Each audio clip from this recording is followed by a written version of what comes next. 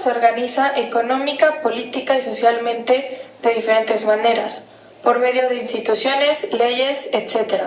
Y su progreso se sigue por medio de distintos indicadores. Antes de empezar, mostraremos definiciones básicas con el objetivo de mejorar el entendimiento del tema. Empecemos. ¿Qué es la política? La política es una ciencia que trata de la organización y administración de un Estado en sus asuntos e intereses con un comportamiento intencional, propositivo y planeado para lograr metas. ¿Qué es el gobierno?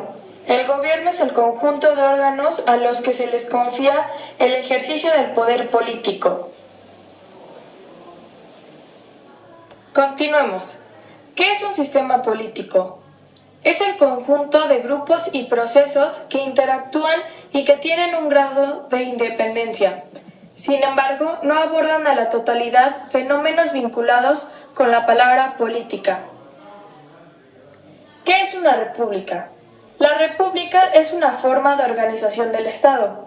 En la república, la máxima autoridad cumple funciones por un tiempo determinado y es elegida por los ciudadanos, por medio del voto, que es libre y secreto. ¿Qué es una federación? Una federación son divisiones territoriales que se autogobiernan con mayor o menor grado de autonomía dentro de un país. ¿Qué es el presidencialismo? Se caracteriza por la predominancia del poder ejecutivo sobre los pesos y contrapesos del régimen político y también sobre los mecanismos de decisión política en el periodo citado. También, en otras palabras, es el jefe de gobierno es al mismo tiempo el presidente. Antes de iniciar, debemos de saber lo que es una democracia y qué es una constitución. La democracia es una forma de gobierno donde existe un encargado representante del país y de los ciudadanos. El encargado de esta democracia es el Poder Ejecutivo. Y la Constitución es un conjunto de parlamentos donde redactan los derechos y libertades de los ciudadanos. En nuestro país se llama la Constitución Política de los Estados Unidos Mexicanos. El gobierno mexicano tiene divididos sus poderes de acuerdo a sus secciones de cómo tomar decisiones. Estos tienen cámaras y personas para organizarse y representar al país. Los tres poderes mexicanos se dividen en el poder ejecutivo, poder legislativo y poder judicial. El representante del primer poder ejecutivo es el actual presidente Andrés Manuel López Obrador, que es el representante de los ciudadanos mexicanos y del país. Su mandato es de 6 años. El segundo poder es el legislativo y lo representan la Cámara de Diputados y la Cámara de Senadores. En la Cámara de Diputados las personas participantes se eligen cada 3 años y en la Cámara de Senadores se eligen cada 6 años. Estas dictan, discuten y aprueban leyes y pueden modificar las ya existentes. El tercer poder es el judicial, lo que representa la Suprema Corte de Justicia de la Nación, y esta administra e imparte la justicia con la ayuda de ministros, magistrados y jueces. Por otro lado, es muy importante saber qué son los partidos políticos para conocer quién podría regir nuestro país.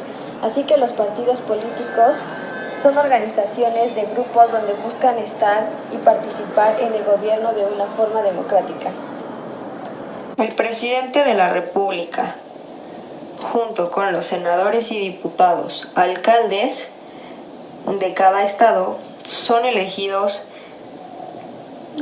cada 6 años mediante la votación popular. La Constitución Mexicana de 1917 dice que un partido político tiene que expresar el pluriculturalismo, guiar y manifestar a la ciudadanía. México es una república federalista, democrática, constitucionalista y regida por el Estado. La jerarquía de poder de México se basa en primer lugar, el presidente de la República, seguido de los senadores y diputados, y finalizando con la Suprema Corte de Justicia. Un distrito electoral es una subdivisión territorial que elige miembros legislativos. Son 300 unidades. El gobierno en México se encarga de fijar, dirigir y controlar las demandas de la sociedad. Este regula y adjudica leyes las cuales impone ante la sociedad y así de esta forma le da estructura social a una nación. El gobierno se encarga de que la sociedad trabaje correctamente en conjunto de otras sociedades para poder tener un funcionamiento óptimo del país. Las fuerzas de seguridad o fuerzas armadas son aquellas que protegen al país dentro y fuera de él, en las fronteras. Cada país va adoptando las fuerzas armadas según la necesidad de ella. Un ejemplo de fuerza armada es la Secretaría de Defensa Nacional, SEDENA, la cual está conformada por Ejército y Fuerza Aérea. Esta se encarga de defender la integridad y la independencia y la soberanía de la nación, garantizar la seguridad interior y auxiliar a la población civil en casos de necesidades urgentes o públicas. Otra fuerza armada es la Secretaría de Marina, SEMAR, su propósito es ejercer la soberanía en aguas territoriales. Organiza, administra, suministra y operar el servicio de aeronáutica naval y militar. Otra de las fuerzas armadas o fuerzas de seguridad son las fuerzas policíacas. Las fuerzas policíacas se dividen en policía federal, policía estatal y policía municipal. La labor de la policía federal es prevenir y combatir la comisión de delitos y salvaguardar el Estado de Derecho. Esta tiene alcance en todo el país y de mayor rango. La Policía Federal tiene alcance en todo el país. Eso significa que es una sola y que tiene alcance en todas las partes de México. Después de la Policía Federal sigue la Policía Estatal, de las cuales hay 32 policías estatales. Su propósito es vigilar y cuidar el orden público. Debe ayudar a la federal para prevención de delito, vigilar zonas con alto grado de delincuencia y proponer estrategias para disminuir el índice delictivo. También está la Policía Municipal, de la cual la conforman 2.457 policías municipales. Este tipo de policía municipal varía según las características del municipio. Esta se encarga de hacer cumplir los reglamentos. También en México contamos con 32 entidades federativas. Una entidad federativa es un territorio limitado que tiene autonomía y que cuenta con un gobierno y se rige por las leyes del Poder Federal Central.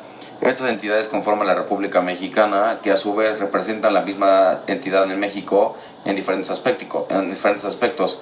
Y en México cuenta con 32 entidades federativas. ¿Cuál es la importancia de saber tus derechos humanos? Es saber respetar los derechos de los demás de forma que sepamos qué nos corresponde y en qué tenemos la libertad y defenderte ante circunstancias que lo ameriten y que el gobierno y la gente no se aproveche de ti. Los derechos humanos significan qué es lo que puedes hacer y qué es lo que no puedes hacer. Los derechos humanos es a lo que tienes acceso y a la libertad a la que cuentas. Los derechos humanos son necesarios para todos y obligatorios, ya que todos contamos con derechos humanos que nos protegen y nos respaldan y son lo que nos da a definir como un ser humano. El indicador tiene un significado. Por ejemplo, el PIB es el valor de la producción de bienes y servicios de un país o región durante un periodo determinado. La balanza comercial son las importaciones y exportaciones de un país en determinado periodo. La inversión extranjera directa es la colocación de capitales a largo plazo con el propósito de internacionalizarse. Las remesas son las ganancias que los emigrantes mandan a su país de origen. El tipo de cambio es la relación o equivalencia entre dos monedas de diferentes países. La inflación es la subida continua de los precios de la mayor parte de los productos y servicios. Además, se ve una considerada pérdida del valor del dinero. Y la tasa de desocupación, que es el nivel de desocupación entre la población económicamente activa. ¿La CEMAR y la SEDENA tienen la misma función? No. Comparten funciones, pero la CEMAR se centra en proteger la soberanía de aguas territoriales, mientras que la SEDENA se centra en el territorio mexicano. La economía de México se mide mediante datos estadísticos conocidos como indicadores macroeconómicos. Ejemplos de estos datos son el índice de precios al consumo, el nivel de producción industrial, el número de quiebras, el nivel de penetración de Internet de banda ancha y el desempleo. Pero los datos macroeconómicos que más impactan a la economía de México son el PIB con 1.5 billones de dólares, la balanza comercial con un déficit de 4,810 millones de dólares, las remesas que son aproximadamente 350,000 millones de pesos, el tipo de cambio que respecto al dólar es de 19,136 pesos, la inflación que es de 4,37% y la tasa de desocupación que es de 3,4%.